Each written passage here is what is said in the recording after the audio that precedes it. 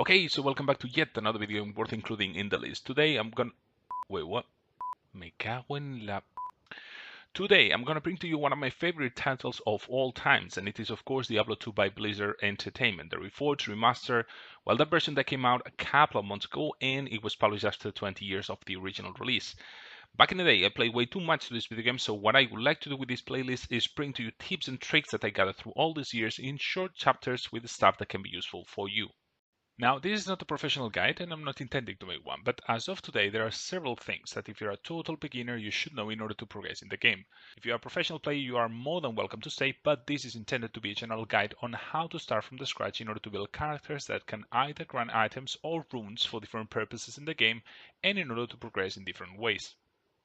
So back in the day I had plenty of time of course, but today time, at least for me, is a scarce resource, so what I would like to do is optimize the time that I spend playing the game. So after reading different guides, one of the most common and favorite builds of all times is the Sorceress. I started with a dual sorcerer both Fire and Ice, namely Fireball and Ice Orb. The most important reason is that, differently from Diablo 1, where you can make a warrior teleport without any items, she is the only character that has the teleport in her skill tree.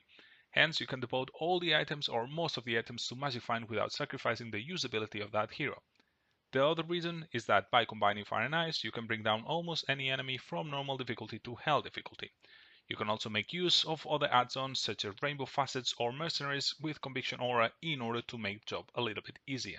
You will see that from the start, even in normal difficulty, you can make runs pretty easily in several areas, which will help you not only to get your first rare and unique sets of items for other low-level characters, but also to clean several areas in order to get runes as well.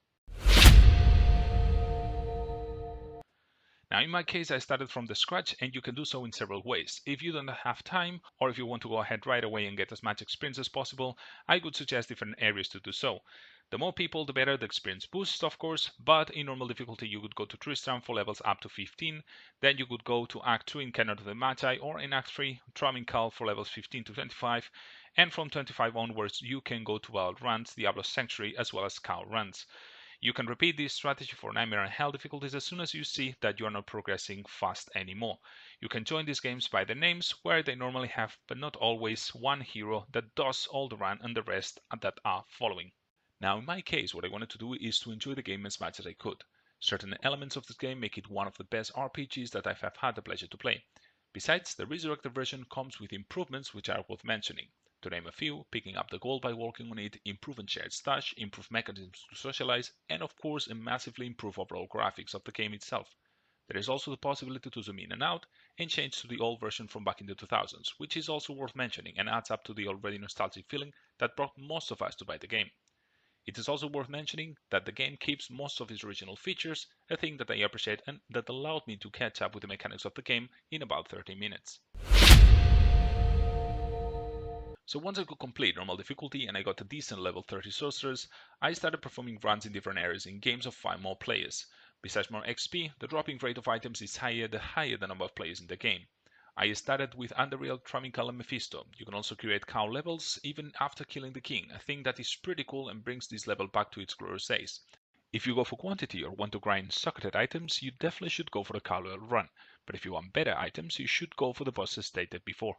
When it comes to rune hunting, the situation is a little bit different, and if you are interested in high-level runes, you definitely should check the so-called level 85 areas in Hell. If you are only rune hunting, it is also recommended against hunting specific bosses, counters excluded of course, but rather hunting in level 85 areas with high density of enemies instead. A thing that I managed to do right after completing normal difficulty is equipping a Leaf Rune Ward to my Fire Sorceress, cheap yet effective. So once I was tired of grinding normal difficulty, I repeated the same strategy for Nightmare, and once I had a decent amount of damage output, I started building up the cold tree for my sorcerers. Then it was about time to create the inside rune ward and forget about potions, since they can be very pricey in some difficulties. Although you can rune ward stuff, I would rather do it in a polearm weapon, since later on I would equip higher level items to my sorcerers. As a side note, I should mention that it is imperative for you to complete the quests that either improve your stats or give you skill points for this strategy to work at its best. So that's gonna be it for today. I hope you enjoyed watching the video, like and subscribe if you like the content of the channel, and as always, stay safe these days, play at your own discretion, and see you in the next video. Have fun y hasta la próxima.